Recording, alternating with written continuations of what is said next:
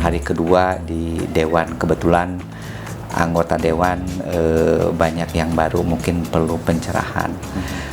Dari pemahaman kami ada dua indikator daerah yang digolongkan pada daerah-daerah yang rawan korupsi. Kenapa kok Cirebon sendiri hasil itu berada di urutan anggaplah keempat dari bawah ya, iya, dari iya. bawah. Nah, itu SPI-nya juga kami lagi berupaya menghimbau kepada teman-teman di SKPD kalau mendapatkan ini tolong diisi, jangan sampai diabaikan karena itu sangat berpengaruh pada kami.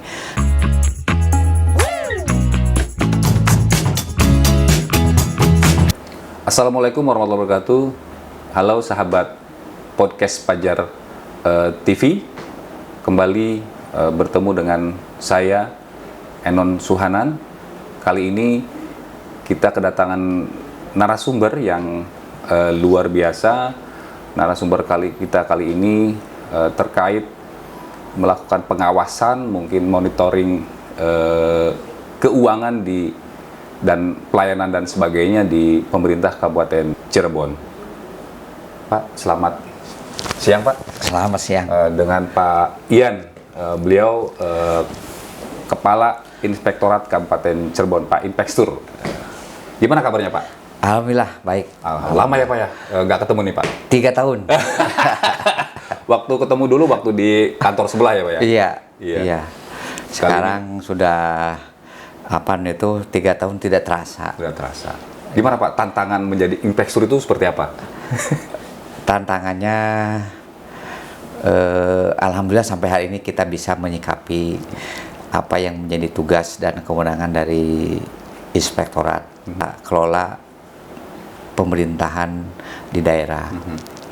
Dan alhamdulillah sampai hari ini kami tetap semangat, kami tetap ingin melakukan yang terbaik, dan kami juga ingin lebih menyebarluaskan kaitan dengan Cirebon ke arah yang lebih baik, yaitu Cirebon yang anti korupsi.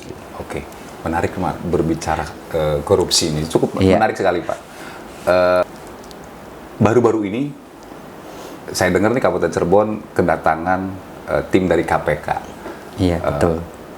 Melakukan apa sih Pak KPK itu sendiri? Iya, jadi sebenarnya kegiatan 2 minggu yang lalu itu kegiatan dari Direktorat Kopsugah, yang mana Kopsugah itu intinya lebih ke arah preventif, mengingatkan seperti itu. Dan dari pertemuan kemarin, mungkin dari mulai Pak PJ Bupati, Pak Sekda, Kepala OPD, Camat hadir, dan hari kedua di Dewan, kebetulan anggota Dewan banyak yang baru, mungkin perlu pencerahan. Dari pemahaman kami ada dua indikator daerah yang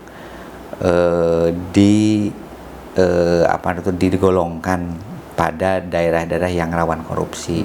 Pertama, alat ukurnya yaitu MCP KPK, Monitoring Center of Prevention. Itu dan salah satunya Pak ya? Itu alat indikator, dan kami kerjakan dengan ada 8 indikator. Itu lebih kepada internal berarti ya, Pak? Lebih ke internal, dan dari MCP KPK itu yang dinilai ataupun EPD-nya itu ada 8 indikator. Di antaranya Pak?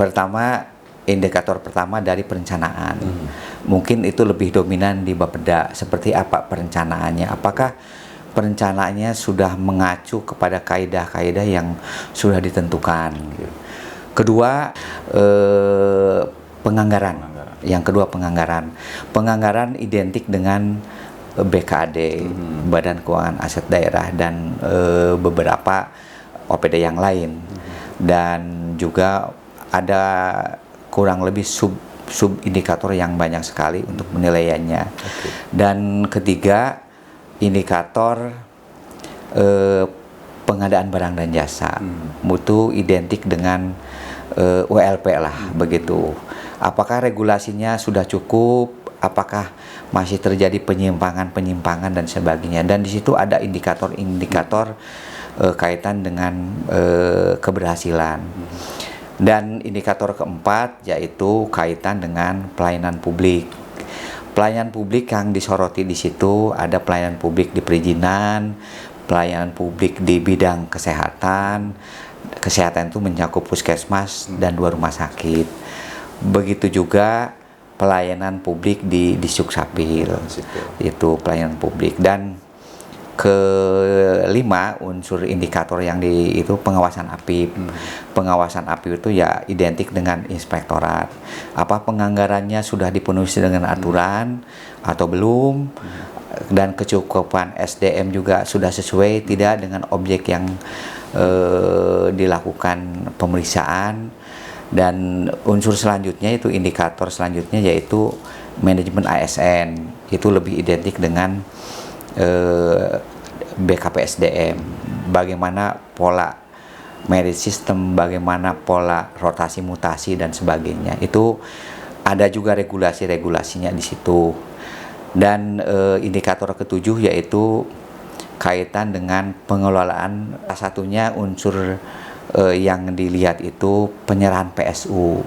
Banyak perumahan-perumahan yang sudah dibangun tapi penyerahan dari masyarakat, dari pengembang ke pemerintah daerah agak terkendala. Kami mendorong, makanya dengan MCP KPK kami dorong, dan dari 500 kurang lebih 520-an 40-an pengembang itu baru di tataran 97-an PSU yang itu masih banyak. Dan terakhir optimalisasi pajak daerah. Dari optimalisasi pajak daerah mungkin identik dengan pendapatan daerah. Jadi bagaimana Bapenda melaksanakan kaitan meningkatkan PAD, dan juga ada kurang lebih 11 dinas penghasil PAD tentunya. Kalau Bapenda mungkin koordinator, dan tentunya ada di 11 dinas yang merupakan penghasil PAD. Itu MCP KPK. Jadi ada 8 indikator. Dan indikator kedua ataupun mungkin untuk menilai rawan korupsi itu tadi MCP KPK, kedua SPI. Standar ataupun penilaian integritas. Bentar Pak, ini cukup menarik nih. Survei ya. SPI sendiri kemarin atau di tahun lalu dan setahun ini kelihatannya SPI kita itu berada di bawah nih Pak nih. Iya. Dibanding dengan tadi MCPI tadi. Kenapa kok Cirebon sendiri hasil itu berada di urutan anggaplah keempat dari bawah ya Pak, dari bawah. Nah, itu bisa menjelaskan Pak? Iya, SPI itu survei penilaian integritas, di mana survei itu dilakukan langsung oleh KPK dan bekerja sama dengan salah satu perguruan tinggi. Dan di survei itu ada 3 yang ditanya, dari unsur internal pemerintah daerah, kedua dari unsur eksternal, dan ketiganya dari unsur expert. Jadi unsur dari pemerintah daerah internal ya mungkin staf-staf dari mulai sekretaris ke bawah, seperti apa pengelolaan, dari mulai pengelolaan keuangan daerah sampai juga mungkin ke rotasi mutasi, sampai juga ke pengadaan barang dan jasa sesuai dengan yang diamati oleh staf bawahan itu yang terjadinya seperti apa. Jadi ya mereka akan mengisi dengan sejujurnya lah, seperti itu. Dan juga ada pertanyaan-pertanyaan itu yang nyeleneh, kadang-kadang menanyakan kaitan dengan mobil dinas. Apakah di waktu libur mobil dinas itu suka dipakai gitu. Dan mungkin kalau ada yang menyaksikan ya mungkin dipakai, ada yang tidak. Itu juga bagian dari unsur penilaian korupsi lah. Oke Pak, terkait tadi kita berada di urutan keempat dari bawah. Kita berkaca kepada beberapa daerah wilayah di luar Pulau Jawa, tap tangan nih Pak nih. Iya. Nah, untuk Kabupaten Cirebon sendiri ada rasa kekhawatiran demikian nggak Pak? Iya. Karena Cirebon sendiri pernah Iya. merasakan itu Pak. Iya. Jadi sebenarnya tahun 2022 SPI kita itu dengan nilai 64,8 dan di 2023 67,4. Memang ada peningkatan. Memang menurut pengamatan kami setelah kami berkoordinasi dengan pihak KPK, jadi survei yang dikirimkan ke responden itu banyak yang tidak mau ngisi. Itu yang membuat kami, khususnya pemerintah Kabupaten Cirebon, agak sedikit nilainya itu mungkin termasuk keempat terbawah.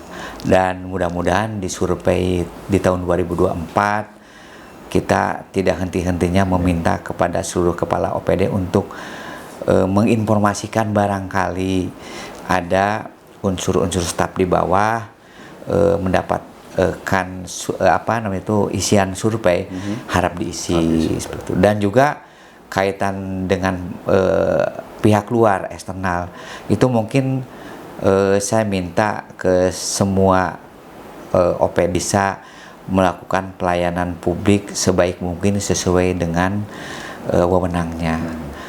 Ya, karena mungkin survei itu dikirim ke saudara-saudara kita yang mendapatkan pelayanan itu. Kalau pelayanan itunya jelek, ya pasti mungkin mereka akan mengisi survei itu dengan seadanya.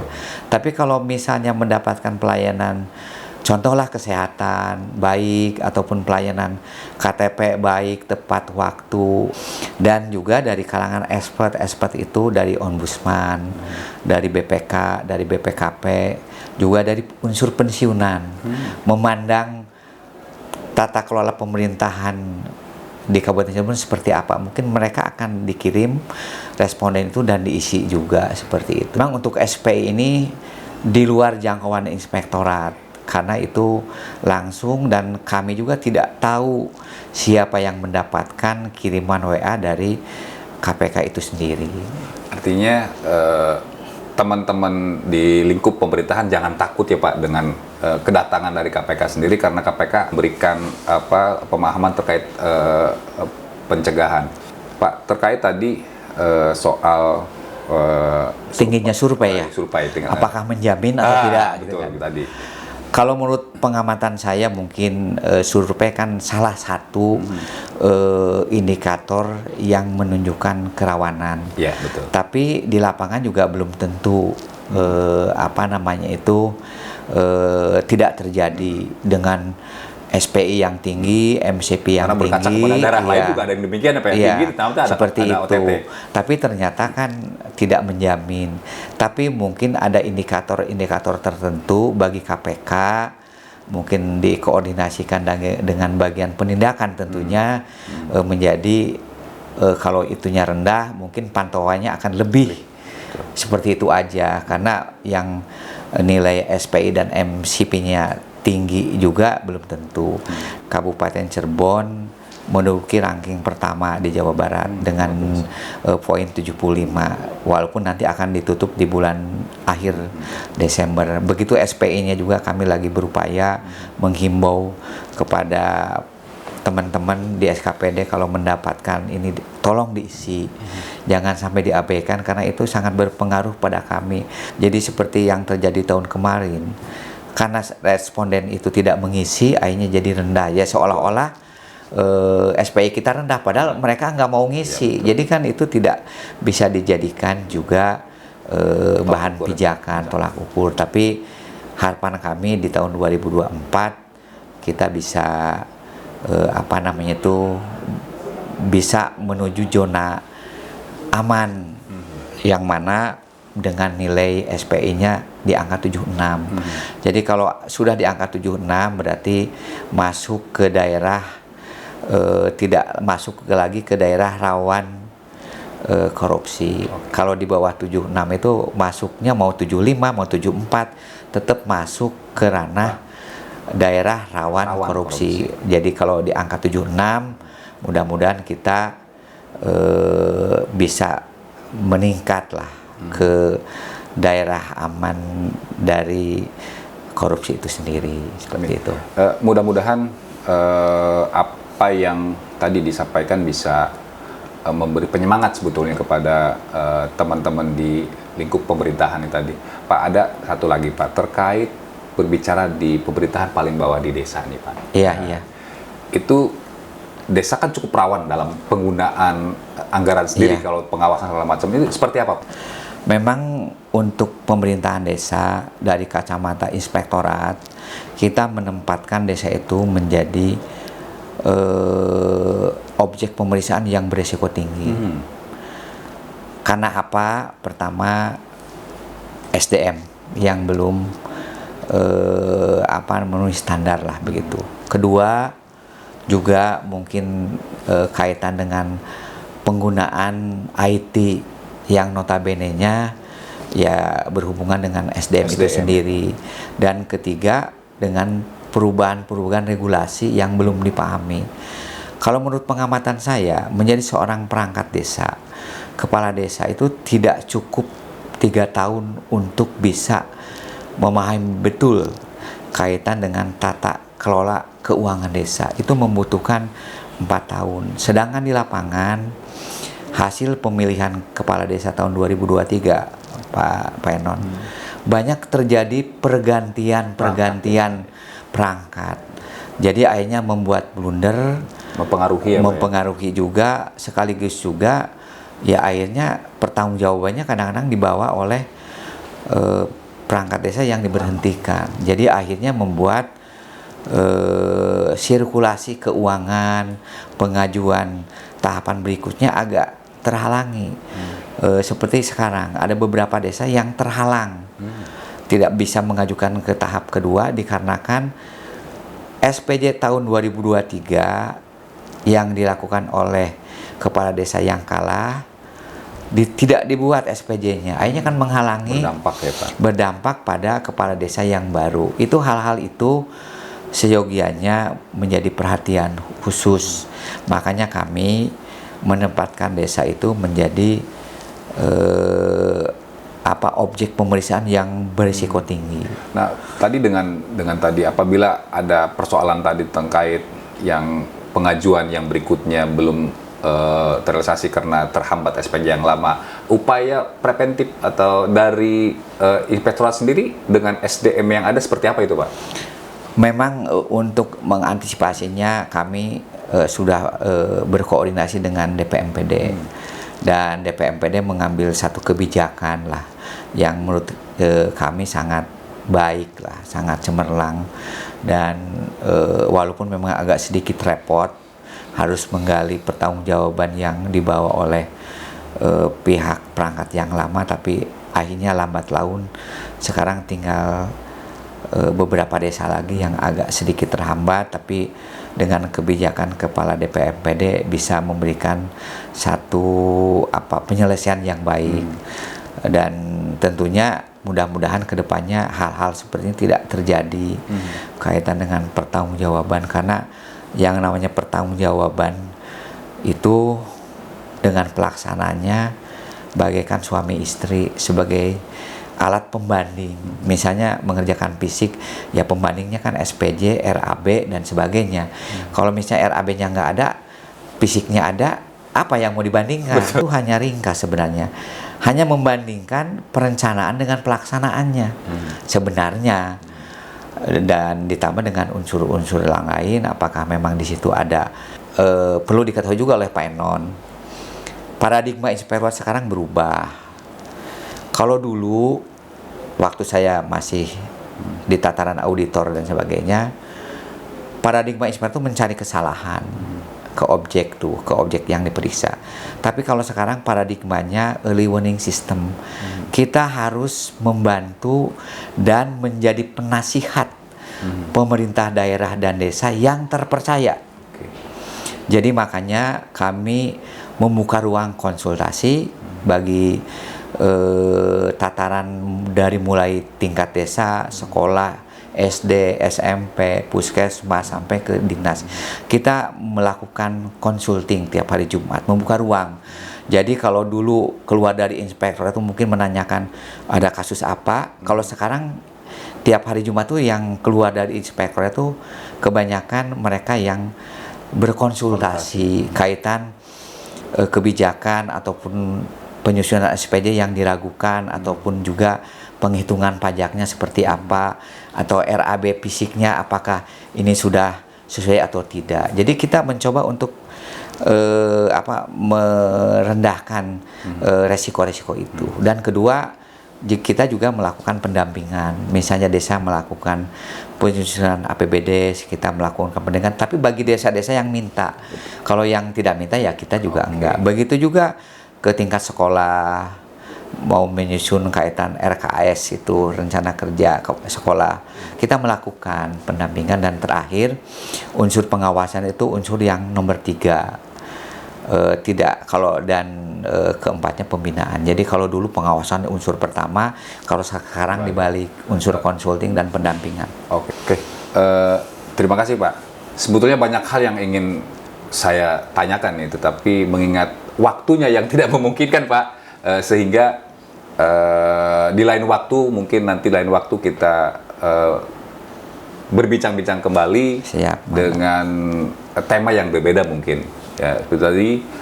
Terima kasih